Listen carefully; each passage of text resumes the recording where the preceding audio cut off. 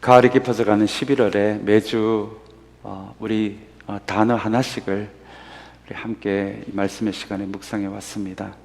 오늘 우리 추수감사절이어서 오늘 두 단어, 감사와 은혜라는 이 두 단어를 오늘 이 시간 여러분들과 함께 이 두 단어를 통해 한번 은혜를 나누기를 소망합니다. 오늘 추수감사주일 말씀을 준비하면서 첫 번째 추수감사절은 어떠했을까? 궁금증이 생겨서 우리 이런 책 저런 책을 좀 찾아보며 공부를 하게 되었습니다.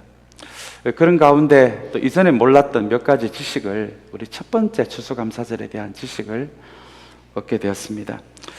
여러분들이 잘 아는 대로 1620년 신앙의 자유를 찾아서 영국의 청교도들이 이 영국을 떠나 미국으로 건너오게 됩니다. 청교도는 다른 전통보다 다른 관습보다 성경대로 우리가 하나님을 한번 좀 믿어보자 그렇게 생각하는 사람들을 영국에서는 청교도라고 그렇게 불렀습니다. 그들은 1620년 12월 22일에 겨울에 매사추세츠주에 있는 플리머스라는 지역에 배를 타고 상륙하게 됩니다. 그런데 여러분, 겨울철에 도착하다 보니 식량을 충분히 가져오지 않다 보니 그 겨울의 시간을 보내면서 약 절반에 가까운 50명에 가까운 사람들이 굶주림과 질병과 추위로 죽게 됩니다. 신앙의 자유를 찾아서 미국으로 떠나왔는데 그해 겨울에 그 몇 달 동안 절반에 가까운 사람들이 죽었다라는 것은 아마 이 첫 번째 미국으로 온 청교도들에게는 굉장히 아픔과 충격이 되었을 것 같습니다. 놀랍게도 이런 상황에 있는 청교도들을 도운 사람들이 우리가 잘 알고 있는 미국 원주민으로 우리가 잘 알고 있는 아메리칸 인디안들이었습니다.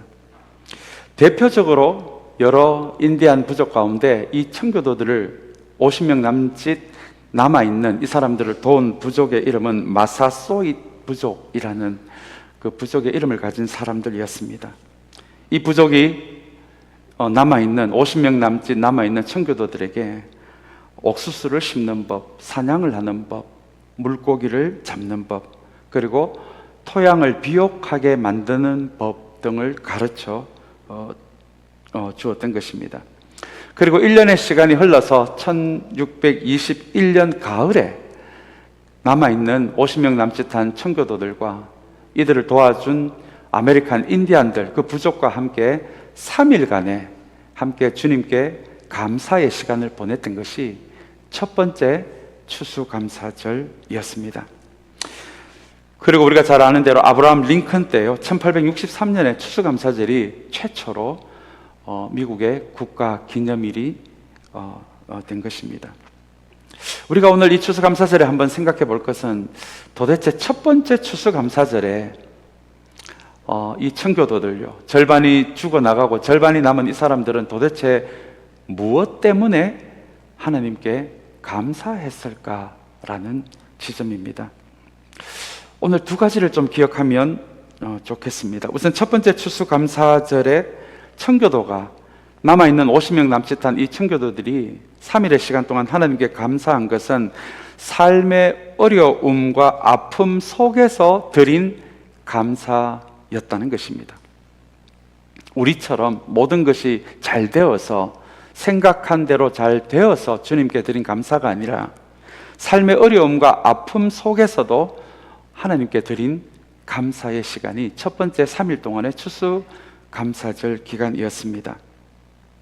이것이 아픔과 삶의 어려움 속에 드리는 감사가 될 수밖에 없었던 것은 앞에서 말씀드린 대로 겨울에 도착하자마자 절반에 가까운 사람들이 추위와 질병과 굶주림으로 죽었기 때문입니다. 그래서 여러분, 첫 번째 추수감사주일은 모든 것이 잘 되어서 모든 것이 편안해서 드린 감사가 아니었습니다. 이 어려운 환경 속에서도 하나님이 함께 하셔서 우리가 이렇게 살아남았구나 라는 고백에서 드렸던 감사가 첫 번째 영국의 청교도들이 드린 감사의 내용이었습니다. 그리고 여러분, 청교도가 감사를 드릴 수밖에 없었던 두 번째 이유는 바로 생각지도 못한 도움을 준 아메리칸 인디언들, 미국 원주민들에 대한 감사였습니다. 이것은 이 청교도들이 예상하지도 못했고 상상하지도 못한 도움이었습니다. 그리고 이 원주민의 도움은 잠깐의 도움이 아니었습니다. 지속적인 생존을 위한, 이 청교도들이 살아가기 위해서 지속적으로 도운 한 해 동안의 도움이었습니다. 아마 제가 읽은 이 역사적 문헌에 의하면 원주민의 도움이 없었더라면 청교도들, 나머지 50명 남짓한 청교도들도 모두 죽었을지도 모릅니다. 그래서 청교도들은 자신이 생각지도 못하고 상상하지도 못한 원주민들의 도움을 통해서 영국에서뿐만 아니라 이 미국 땅에서도 우리의 인생을 붙들고 계시는 하나님의 도우심을 이 원주민들을 통해서 첫 번째 미국으로 건너온 청교도들은 깨닫게 된 것입니다. 그래서 이 첫 번째 추수감사절은 이 청교도들이 생각지도 못한 도움을 통해서 이 미국 땅에서도 우리의 인생을 붙들고 계시는 그 하나님의 은혜에 대한 감사가 첫 번째 추수감사절날 우리 청교도들이 드린 두 번째 감사였습니다. 이렇게 좀 정리를 해볼 수 있을 것 같습니다. 첫 번째 추수감사주일의 감사는 원래 내가 물고기를 많이 잡아서 열매를 많이 거두어서 혹은 곡식을 많이 거두게 되어서 드렸던 감사가 아니었습니다. 그들의 감사는 하나님의 은혜로 우리는 지금까지 살아남았다라는 생명에 대한 감사였습니다. 그리고 생각지도 못한 방식으로 자신들의 삶을 붙들어 주시는 하나님의 은혜에 대한 감사가 첫 번째 추수감사주일에 살아남은 청교도들이 하나님께 드린 감사의 내용이었습니다. 아마 클로버에 대한 꽃말을 여러분들 잘 아실 것 같습니다. 네잎클로바의 꽃말은 운입니다. 영어로는 럭이라고 합니다. 반면에 세잎클로바는 일상에서의 작은 기쁨, 작은 행복, 작은 감사를 의미하는, 그것이 세잎클로바라는 이 클로바의 꽃말의 의미입니다. 제가 어렸을 때도 이 네잎클로바를 발견하게 되면 그날 하루는 운이 좋다라고 해서 저도 어린 시절에 부지런히 네잎클로바를 찾아다녔던 기억이 납니다. 그런데 여러분, 네잎클로바를 찾기가 힘들어서 제가 어떻게 찾았냐 하면 손으로 먼저 클로바를 다 뽑은 다음에 그 가운데서 네잎클로바를 운이 좋으면 하나 찾고 나머지는 다 버리는 방식으로, 아마 비슷한 방식으로 그렇게 네잎클로바를 찾으셨던 기억이 있으실 것 같습니다. 그런데 여러분, 그때는 아무 생각 없이 그렇게 했는데 이 꽃말대로 저의 이전의 행동을 한번 돌아보니까요, 저는 한 번 있을 그 운을 위해서 일상에서의 작은 행복, 작은 감사, 작은 기쁨을 그냥 무작위로 버렸던 사람이 되었더라고요. 여러분, 우리가 이 네잎클로바, 세잎클로바의 의미를 가만히 생각해 보신다면, 첫 번째 청교도들이 감사를 드렸던 첫 번째 추수감사절의 감사는 네잎클로바 같은 감사가 아니라 세잎클로바 같은 감사였다는 것을 발견하게 되었습니다. 참된 감사는 꼭 운이 좋아야, 운이 좋은 일이 생겨야, 생각지도 못한 운이 좋은 일이 생겨야 감사를 드린다면 여러분, 그것은 성경이 이야기하는 감사가 아닙니다. 세잎클로바의 감사를 기억하신다면, 첫 번째 추수감사절의 감사를 기억하신다면, 성경이 우리에게 가르쳐주는 감사는 꼭 좋은 일이 생겨야만 드리는 감사가 아니라 지금도 내가 숨쉬고 있고 내가 하나님의 자녀로서 존재하고 있고 하나님의 은혜로 하루하루의 삶을 그 은혜 가운데 살아가는 그런 존재가 되었다는 것을, 그리고 그것에 깊게 감사하는 그날이 바로 추수감사 주일인 감사이라는 것입니다. 여러분, 이것이 세입클로바를 닮은 성경이 가르치고 있는 우리 감사의 의미입니다. 오늘 이 추수감사절, 2025년 추수감사절 주일에 한번 이렇게 생각해 보면 좋겠습니다. 저와 여러분의 감사는 세입클로바를 닮은 감사입니까? 아니면 네잎클로바를 닮은 감사입니까? 혹시 오늘 이 자리에 나와 오신 분 중에 올해가 내 생각대로 잘 되지 않아서, 내가 운이 나빠서 여러분 감사할 것이 없다라는 마음으로 혹시 이 예배에 참석하고 있는 분들은 계시지 않습니까? 여러분, 그렇다면 그것은 성경이 가르치고 있는 감사가 아닙니다. 오늘 2025년 이 추수감사 주일 이 예배를 맞이해서 사랑하는 여러분, 다시 한번 이 시간 내가 숨쉬고 있고 지금도 여전히 하나님의 자녀로서 살아가고 있고 나의 일상에 이런 일 저런 일이 생기기는 하지만, 내가 원치 않는 일이 생기는 날도 있지만, 그러나 하나님의 은혜로 살아가는 그 사람이 되었다는 것으로, 사랑하는 여러분, 오늘 이 2025년 추수감사주일 예배, 그것으로 충분히 하나님께 감사할 수 있는, 저와 여러분들의 영혼에 말할 수 없는 은혜와 감사로 채워지는 오늘 이 예배 시간이 되시기를 주님의 이름으로 간절히 축원합니다. 오늘 우리가 읽은 본문이 바로 그것을 우리에게 가르쳐주고 있습니다. 감사는 운이 아니라 바로 은혜에서 시작이 된다는 것을 가르쳐줍니다. 이 말씀을 뒤집어 보면 반대의 의미가 될 것 같습니다. 내 인생에 점점 감사가 줄어든다면 나는 여전히 하나님 주시는 은혜와 사랑이 아니라 내가 애써서 힘써서 살고 있는 그 삶을 살아가고 있지는 않은지, 오늘 우리가 읽은 이 두 절의 말씀을 뒤집어 보면 그런 의미가 됩니다.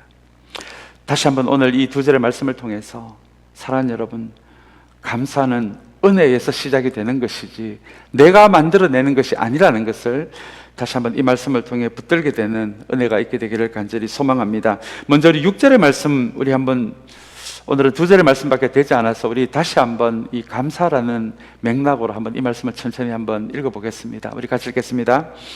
그러므로 여러분이 그리스도 예수를 주님으로 받아들였으니 그분 안에서 살아가십시오. 먼저 6절에서 바울은 우리 7절에 가면 감사의 내용이 나오는데요, 이 감사의 내용에 앞서서 저와 여러분들은 그리스도 예수를 주님으로 이미 받아들일 것이다가 아니라 과거형으로 되어 있습니다.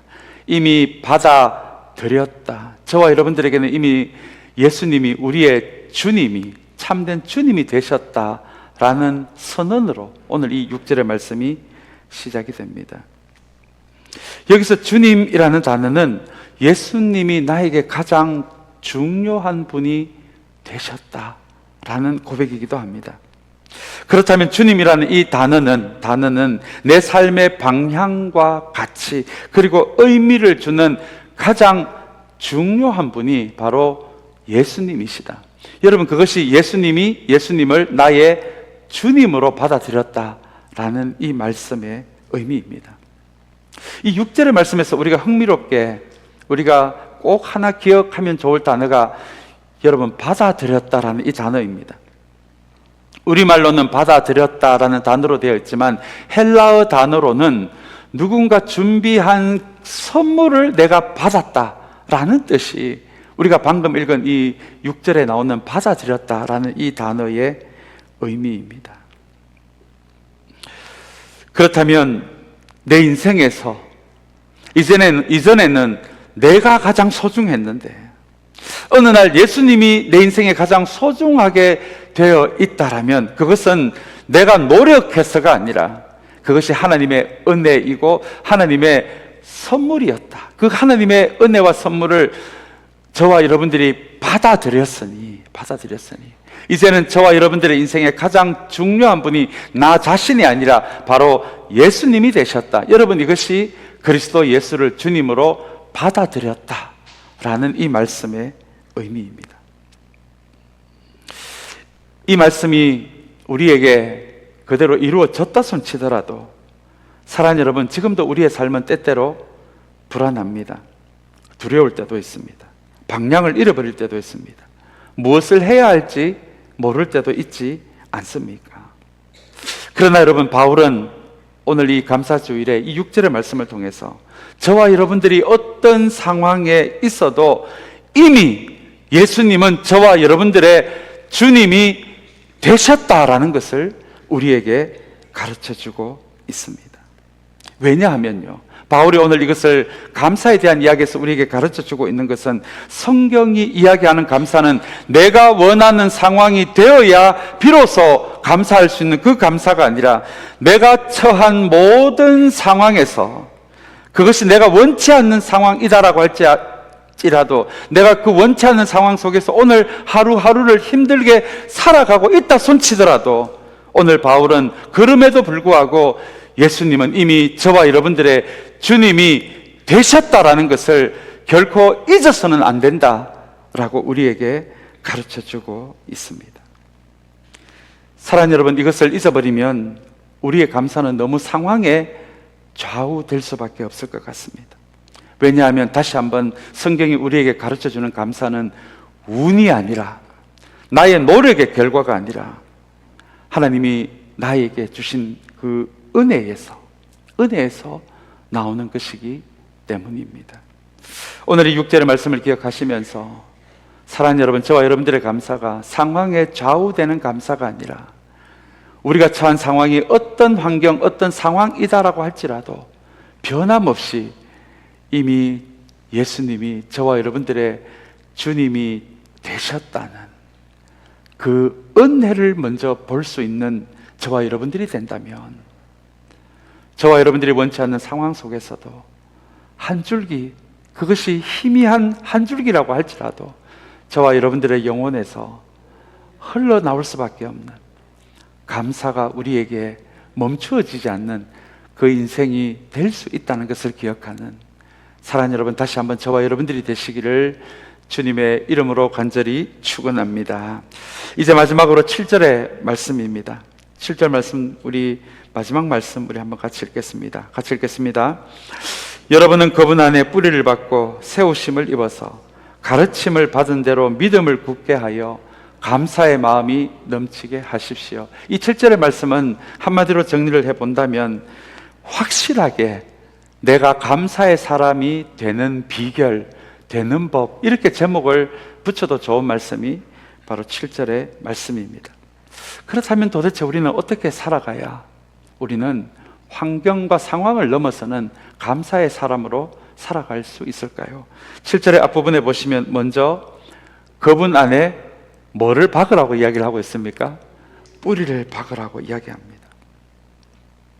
주님 안에 뿌리를 박으라, 우리 인생이, 우리의 영혼이 뿌리를 박으라 라는 말씀은 주님의 말씀에 우리 영혼의 기초를, 우리 영혼의 뿌리를 주님의 말씀에 뿌리 박아야 한다라는 그 의미가 되기도 합니다.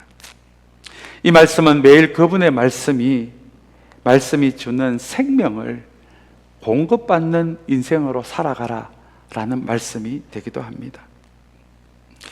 예수님의 말씀으로 인해, 예수님의 말씀에 내 인생과 내 영혼의 뿌리를 박음으로 그 말씀이 나에게 단순히 정보와 지식으로 머무는 것이 아니라 내가 뿌리 박은 그 영혼의 뿌리를 통해 주님의 말씀이 내 영혼에, 내 인생에 흘러 들어오기를 시작할 때 주님의 말씀으로 인해 나의 말과 생각, 감정과 의지, 성품과 인격이 변화되기 시작하도록 우리의 영혼의 뿌리를 먼저 주님의 말씀에 뿌리를 박아야 한다, 뿌리를 내려야 한다라고 바울은 먼저 가르쳐 주고 있습니다. 그리고 이어서 우리 그 다음 말씀에 보시면 감사의 사람으로 살기 위한 두 번째 단계가 나옵니다. 그 말씀은 바로 세우심을 입어서라는 단어입니다. 아마 아티스트나 건축가를 생각해 보시면 이 말씀을 잘 이해하실 것 같습니다.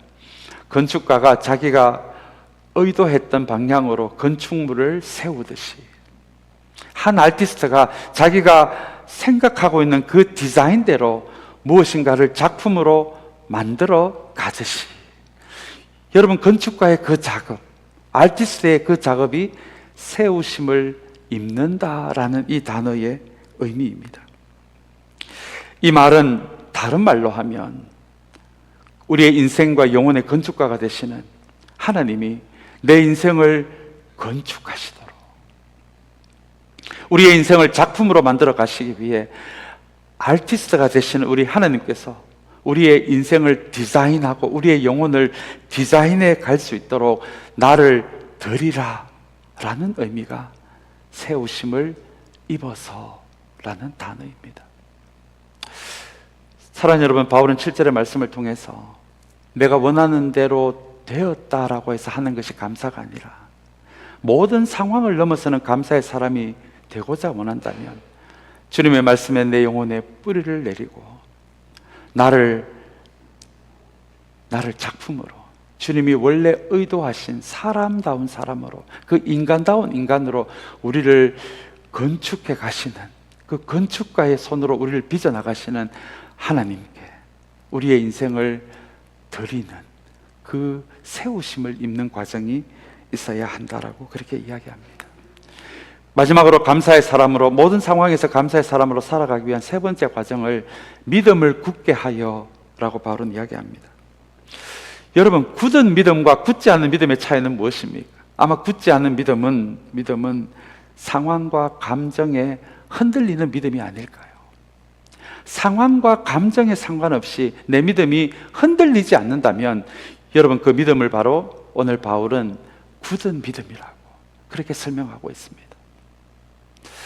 우리 크리스찬의 하나님의 자녀들의 감사가 상황과 환경과 내 기분에 좌우되는 것이 아니라면, 이것을 넘어서서 어떤 상황 속에서도, 어떤 감정 속에서도, 어떤 형편 속에서도 내가 감사의 사람이 되기를 원한다면 바울은 주님의 말씀에 뿌리 내리십시오. 우리를 작품으로 만들어 가시는 그 하나님의 손에 나를 드리십시오. 그리고 저와 여러분들의 믿음이 감정과 상황에 흔들리지 않는 굳은 믿음을 가지게 된다면 여러분들은 어떤 상황에도 상관없이 우리 첫 번째 청교도들이 드렸던 그 감사처럼 그런 감사의 사람이 될 수 있다라고 하는 것이 여러분 7절이 우리에게 가르쳐주는 감사의 사람이 되는 비결입니다. 이제 말씀을 맺습니다. 사랑하는 여러분, 다시 한번 오늘 우리 이 설교의 제목처럼 성경이 우리에게 가르쳐주는 감사는 은혜에서 시작이 됩니다. 내가 무엇을 했기 때문이 아니라 그냥 아무 이유 없이 나를 사랑하셔서 내 인생에 찾아오시고 나를 구원하시고 나의 주님이 되시며 내 삶을 그분의 작품으로 만들어 가시는 예수님의 은혜를 깨닫게 될 때 우리는 환경과 상황을 넘어서서 감사를 드렸던 첫 번째 추수감사주의를 드렸던 영국의 청교도들처럼 그런 감사의 사람으로 지금뿐만 아니라 현재도 미래에도 살아갈 수 있다는 것을 사랑하는 여러분 기억하는 저와 여러분들이 되시기를 주님의 이름으로 간절히 축원합니다. 감사는 내가 만드는 열매가 아니라 하나님이 이미 나에게 주신 은혜가 만들어내는 내 삶의 열매라는 것을 기억하는, 그래서 이 감사의 날에 더욱더 주님의 은혜로 나의 노력, 나의 열심으로 파고들어가는 것이 아니라 주님의 은혜로 더 깊게 주님의 품으로 파고 들어가는 저와 여러분들의 남은 인생으로 되시기를, 그래서 그 은혜로 말미암아 감사의 열매가 저와 여러분들의 남은 인생 동안 주렁주렁 풍성하게 열리는 감사의 사람으로 살아가게 되시기를 다시 한번 주님의 이름으로 간절히 축원합니다.